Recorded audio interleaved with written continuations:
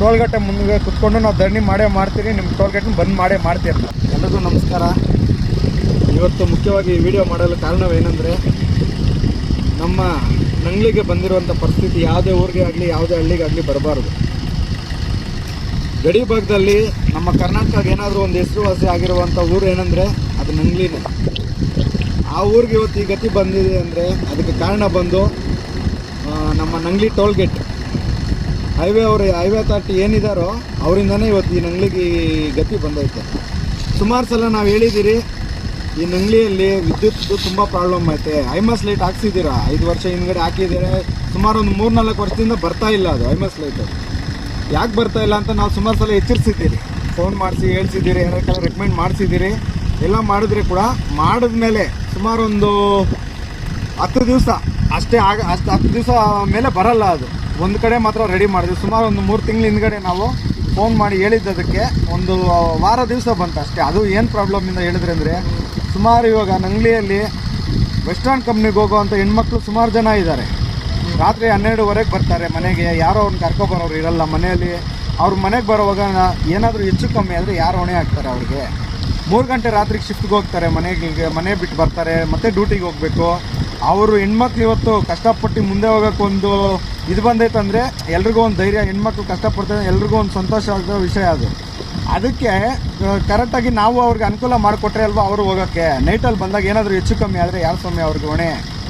ನೀವು ಆಗ್ತೀರಾ ಹೈವೇ ಅವರು? ಸುಮಾರು ಸಲ ನಿಮ್ಗೆ ಹೇಳಿದ್ರೆ ಕೂಡ ನೀವು ಯಾಕೆ ಇಷ್ಟು ಬೇಜವಾಬ್ದಾರಿ ತನದಿಂದ ಮಾಡ್ತಾಯಿದ್ದೀರಾ ನೀವು ಈ ಕೆಲಸ? ನೀವು ನಮ್ಗೆ ಈಗಾಗಲೇ ಈ ಐಮಸ್ ಲೈಟಿಂದ ತುಂಬ ಪ್ರಾಬ್ಲಮ್ ಆಗೈತೆ. ನಂಗ್ಲಿ ಹಾಸ್ಪಿಟ್ಲ್ ಪಕ್ಕದಲ್ಲಿ ಒಂದು ಐತೆ, ಮತ್ತು ಪೊಲೀಸ್ ಸ್ಟೇಷನ್ ಒಳಗಡೆ ಒಂದು ಐತೆ.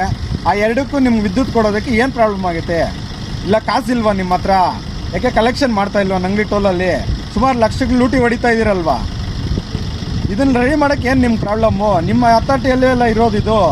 ಈಗಾಗಲೇ ನಾವು ಹೇಳ್ತಾ ಇದ್ದೀರಿ ನೋಡಿ, ಯಾವುದೇ ಹೆಣ್ಮಗುಗಾಗಲಿ ಇಲ್ಲಿ ಯಾವುದೇ ಒಂದು ಆಕ್ಸಿಡೆಂಟ್ ಆಗಲಿ ಏನಾದರೂ ನೈಟಲ್ಲಾಗಿ ಹೆಚ್ಚು ಕಮ್ಮಿ ಯಾರಿಗಾದರೂ ಆದರೆ ನಿಮ್ಮ ಟೋಲ್ಗೇಟ್ ಮುಂದೆ ಕುತ್ಕೊಂಡು ನಾವು ಧರಣಿ ಮಾಡೋಕ್ಕೂ ಸಿದ್ಧವಾಗಿದ್ದೀರಿ. ನಮ್ಗೆ ಈಗಾಗಲೇ ಕೂಡಲೇ ನಮ್ಗೆ ಏನಾದರೂ ನಿಮ್ಮ ಕಷ್ಟ ಸಾವಿರ ಇರ್ಬೋದು, ನಮ್ಗೆ ಅವಶ್ಯಕತೆ ಇಲ್ಲ. ನಮ್ಮ 3 ಜನಕ್ಕಾಗಲಿ ಸುತ್ತಮುತ್ತ ಹಳ್ಳಿ ಜನಕ್ಕಾಗಲಿ ಏನೇ ಆಗಲಿ, ಇಷ್ಟಂಗೆ ಹೋಗಿ ಬರೋರಿಗಾಗಲಿ ಇಲ್ಲಿ ಕೆಲಸ ಮಾಡೋರಿಗೆ ಸುಮಾರು ಈಗ ಬಸ್ಗೆ ಎಲ್ಲಾದರೂ ಒಂದು ಚಿತ್ತೂರಿಗೆ ಹೋಗ್ಬೇಕಂದ್ರೆ, ಪಣ್ಣೂರಿಗೆ ಹೋಗ್ಬೇಕಂದ್ರೆ ಇಲ್ಲಿ ಕಾಯ್ಕೊಂಡಿರ್ತಾರೆ ಬಸ್ ಸ್ಟಾಪಲ್ಲಿ. ಈ ಕಡೆ ಮುಳ್ಬಾಗಿಲಿಗೆ ಕೋಲಾರ್ಗೆ ಹೋಗ್ಬೇಕಂದ್ರೆ ಕಾಯ್ಕೊಂಡಿರ್ತಾರೆ ರಾತ್ರಿಯಲ್ಲಿ. ಯಾರಾದರೂ ಏನಾದರೂ ಹೆಚ್ಚು ಕಮ್ಮಿ ಆದರೆ ನೀವೇನಾದರೂ ಅಲ್ಲಿ ಜವಾಬ್ದಾರಿ ತಗೊತೀರಾ ನೀವು? ಈಗ ಆ ಲೈಟು ಇದು ಮಾಡ್ಕೊಡೋಕೆ ನಿಮ್ಗೆ ಏನಂತ ಅಷ್ಟು ಗತಿ ಇಲ್ವಾ ನಿಮ್ಮ ಹತ್ರ ಈಗಾಗಲೇ?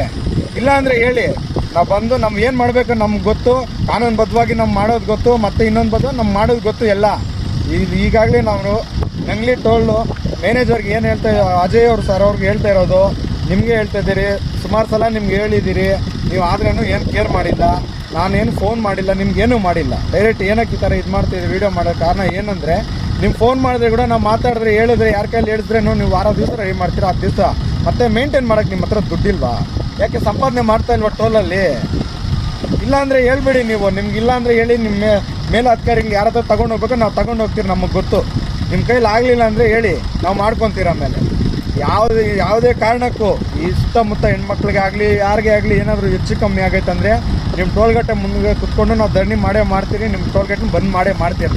₹1 ನೀವು ಅಲ್ಲಿ ಕಲೆಕ್ಷನ್ ಮಾಡಬಾರ್ದು ನಮ್ದು ಇದೆಲ್ಲ ಆಗೋವರೆಗೂ. ಈಗ ಕೂಡಲೇ ನಮಗೆ ರೆಡಿ ಮಾಡಿಕೊಡ್ಬೇಕು. ನಮಗೆ ಇದೇನಾದರೂ ರೆಡಿ ಆಗಲಿಲ್ಲ ಅಂದರೆ ನಾವು ಹೋರಾಟ ಮಾಡೋಕ್ಕೆ ಸಿದ್ಧವಾಗಿದ್ದೀರಿ.